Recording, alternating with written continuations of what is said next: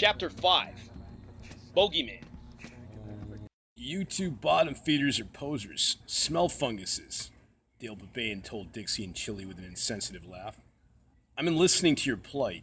So deluded. If it's so bad, nobody told you had to go to college. His brother Mike couldn't help but laugh as well. Yeah, Mike agreed. My dad was one of the first to pioneer the idea of not going and seeing what happens. At least he's not in debt like everyone else. They had been sitting on top of Crow Hill that afternoon with Dixie and Chili Sue, skipping class again and watching the world go by. After Chili Sue got out of work that morning, she picked up Dixie in her parents' outdated Kia Soul, with its loose glove compartment and all, and had headed to Crow Hill's beautiful cliffside with the Babayan brothers. The Babayan brothers. They looked nothing alike. One was a petite smartass with greasy brown hair, and one was a big gargantuan-sized scoundrel with thick black hair that made it always look like he was wearing a helmet and who loved conspiracy theories. They had grown up together, and after hearing about Dixie's totaled car problems, they did not seem too sympathetic with Chili and Dixie's recent existential funk. I don't even know why I did this, muttered Chili. Smell funguses? Who uses that term? What does that even mean? Dixie asked Dale with disbelief and half offended. He's basically saying you're excessively fault-finding hypocrites, Mike explained rather calmly. I don't know why I share anything with you guys, Chili Sue added regrettably, but the brothers couldn't help but smile. Oh, relax, Mike told her teasingly. Look, you spent the last 20 minutes complaining about the system, and I don't know what... You two act as if you've made some sort of the most profound discoveries about, I don't know, the human condition, his brother Dale interrupted. Well, everybody else is clueless, slaving away to the rat race. Unfortunately, Dale's continued chuckling was like receiving a double gut punch. It's surprising to hear you both like this, because Professor Egghead here has always been a thinker, he continued as he pointed at Dixie. But if that were true, then I find it hard to believe neither of you have any wits to figure out how to be financially independent. I mean, you can't make this stuff up. Shut up, said Chili.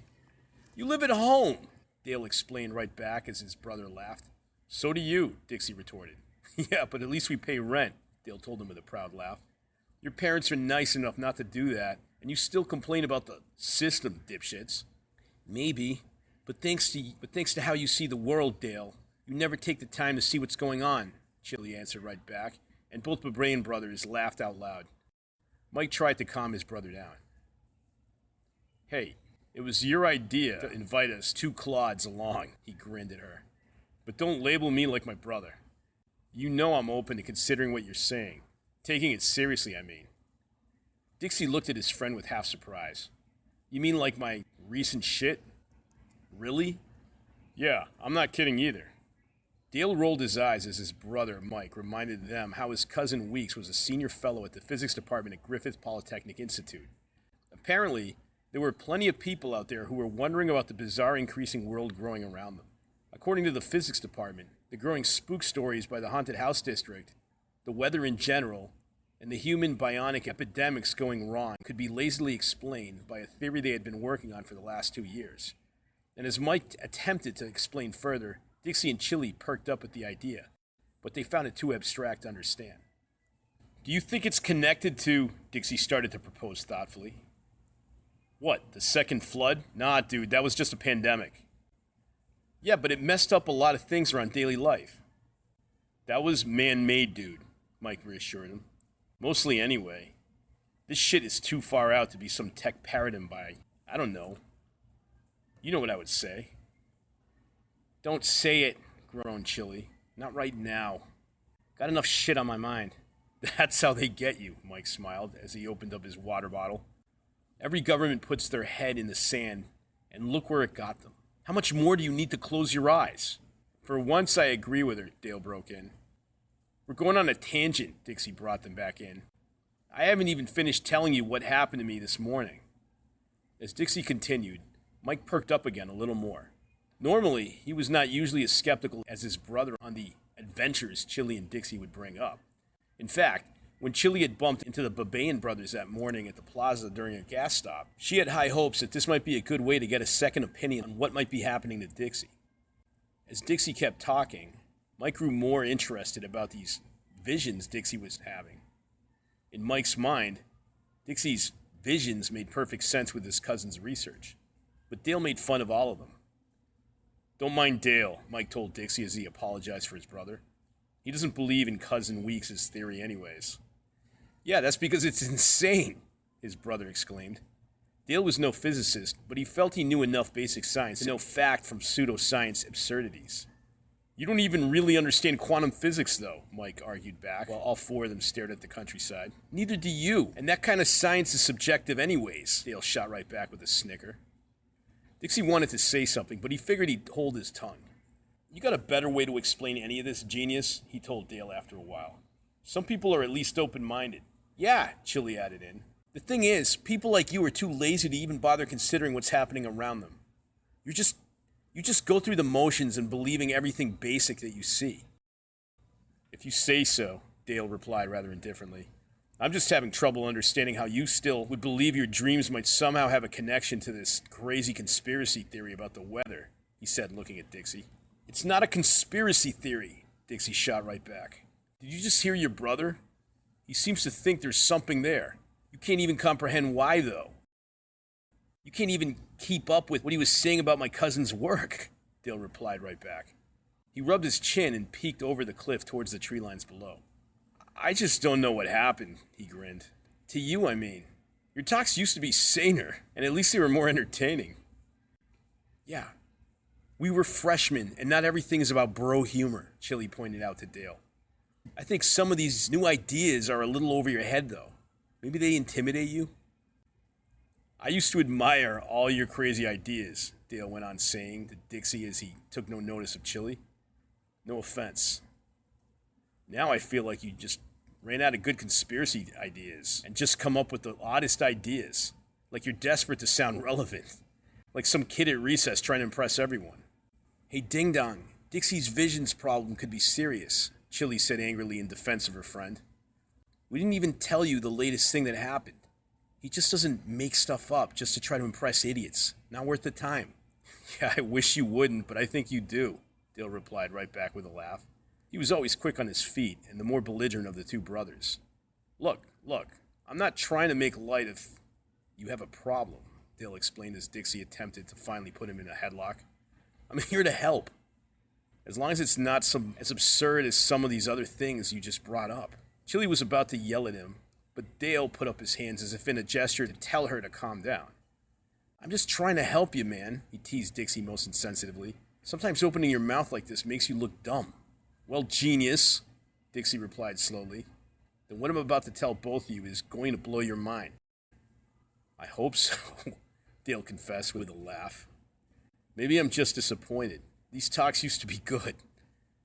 Even when we were younger and it could be excused you didn't know better, your famous rants about the government or whatever used to be half believable." Dixie and Chili took a deep breath, and Chili almost made a motion as if she were ready to go. Mike calmed everyone down and offered them power bars. "I mean, everyone called you the professor, remember?" Dale went on a little more calmly as he rubbed his head. "It's a shame, too. It all fits so well. Seeing how your head is shaped like a hard-boiled egg." Mike couldn't conceal laughter, but nevertheless apologized and asked politely to hear more on what Dixie was about to say, without any more interruption. After everyone calmed down again, Dixie explained how he had another dream that morning that apparently had to have been prophetic. Mike sat back thoughtfully and stared at the countryside. "Actually, I dig this," he said to Chili. "So much to consider. And if I understand right, you think somehow this may be connected to something going on in the air?" "Well, I just think it's strange this actually happened this morning," Chili clarified. "You know, the Planck length is theoretically getting bigger," Mike Babayan started pondering to himself as he asked Dixie to repeat everything he had just shared with them. Dixie's eyes grew heavy. The back of his skull felt tight and his face felt lethargic. He could hear Dale say something to his brother about an inconsistency and about how he thinks they live in the universe of quote-unquote Stranger Things. They were onto something, and no, I know they're not the same thing, he could hear Mike saying. Spooky action hidden in plain sight was a thought that came to Dixie's mind. Almost as if a whispered voice, as soft as wind, was saying that to him. They used to think the idea of Planck's constant changing with the age of the universe was bunk because general relativity does not apply to quantum mechanics, Mike went on. But this is even weirder. And then Weeks was telling me about this new anomaly they've traced at the subatomic level. Mike rubbed his face, but Dixie's mind started daydreaming again. Chili Sue was staring at a butterfly nearby. That would make sense of everything, Mike could be heard continuing. Especially the last 8 months around here. The spook sightings, the scary weather, your messed up dreams you're sharing. Dixie blinked several times and felt a slight chill go down his spine. Oh, don't go there, though, his brother Dale pleaded. Don't bring up the weather. You sound just like our aunt. Both Mike and Dale asked Dixie to clarify what he had just shared, and they were having trouble accepting it. 3 consecutive days, and you haven't gone to see a doctor yet, huh? Mike asked him softly. No, cried Dixie. The tone in his voice surprised both the Bain brothers. And this just happened before today's news, Mike mused. That is quite fascinating. While they sat there on top of Crow Hill and watched the world go by, Dixie shared again with the brothers all the details about what Chili had called his prophetic dream he had had that morning. It was about a flood inundating a bunch of screaming people in a bus. Dale and Chili, especially, had been very unsettled by the coincidence. That late morning in real life, it had been reported on the news that a city bus had blown out a tire and ended up in the old Murchison River. Luckily, no one was really hurt, but that wasn't the point. Although the news, of course, is hardly to be trusted, Dale still had to consider. The after effects of unreliable news had lasted a long time, even now. As Dixie elaborated further, Mike took a deep breath and stroked his face. Both the Bain brothers forced themselves a nervous chuckle at Dixie's claim. It was, to be fair, convincingly hard to believe. After all, Dixie was always so spaced out anyways. It's got to be something else, much more rational, Dale finally reasoned. Dixie didn't answer and kept staring off into space. What's with him? Dale asked Chili after a bit. Well, it's a lot to take in, Chili explained quite reasonably. A lot for me, just imagine for him. Either he's dying, or he's developed superpowers then, just like you always wanted, she joked darkly. But she wished she hadn't. Dale seemed to be suffering from what they called Princess Paradox Syndrome in modern psychology circles. That is, the massive letdown suffered by an individual who had grown up watching too many superhero movies. Just like old-school cartoon princess movies once brought up generations of kids, a false romantic view of the real world. Some never recovered. In Dale's case, he had only become more obnoxious, knowing he would never be a superhero with superpowers. Hey, Chili continued, you wouldn't be feeling good if you didn't know what was going on with your head. It took a minute for Dale to, regrettably, realize the irony of everything. Come on, Dixie, Dale said with a softer tone. It's just stupid coincidence. Lighten up about it. Nah, I don't think so, Mike rebutted. I think something's there, but completely different than some CAT scan would read. Mike actually got up and paced around the cliffside, half excited and half nervous. Dixie threw his hands up in the air. He didn't like being a walking case study for Mike's amusement. They won't find nothing there if Weeks is right, Mike went on. Dixie didn't like the sound of that, although Mike still thought Dixie should sincerely get his head checked. To be brief, Mike appeared to be fascinated by the physics of plausibility brought on by Dixie's dream, mainly because it appeared to coincide with what his cousin Weeks' department had theorized at the Particle Physics Institute at Griffith 10 days ago. It was just a crazy theory that explained what had been happening to daily life everywhere, at least recently. Even more cryptic, it appeared to verify the possibility of that Stargate conspiracy theory 15 years ago. On its surface, Weeks' theory was an intriguing idea, but after spending almost 20 minutes trying to better understand the basic laws of quantum physics to make sense of Mike's theory, Dixie took short breaths.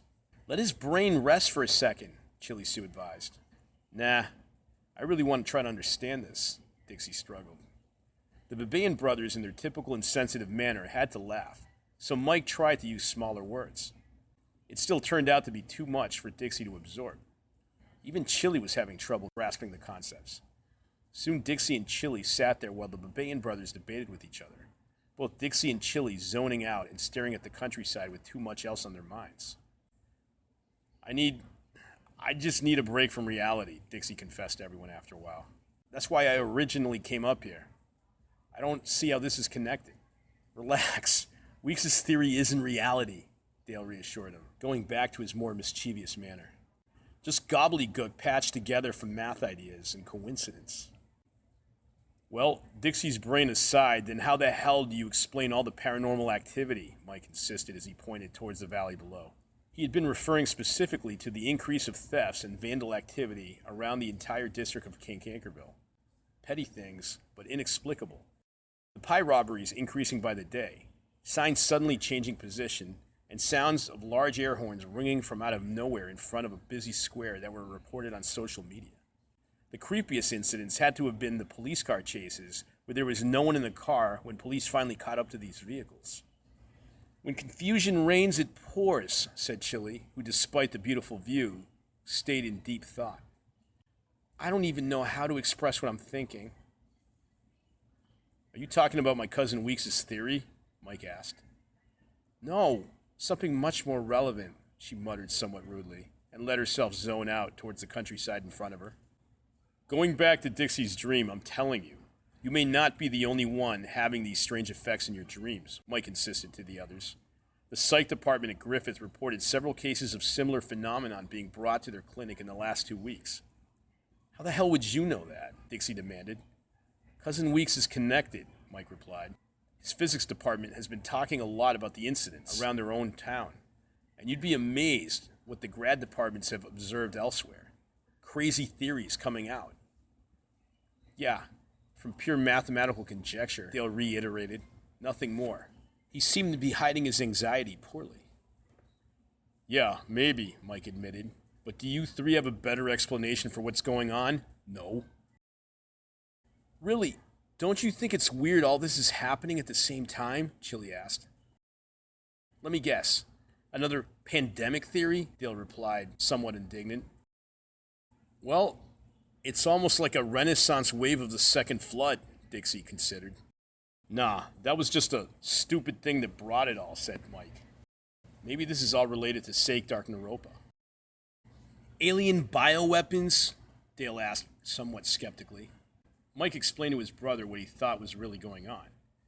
And although Dale remained skeptical, Dixie's curiosity was getting the better of him. Anything, really, that explained his visions was a welcome idea. You really think so? Asked Dixie. Madness, thought Chili Sue. All this talk was finally starting to unnerve her as she stared at the valley below.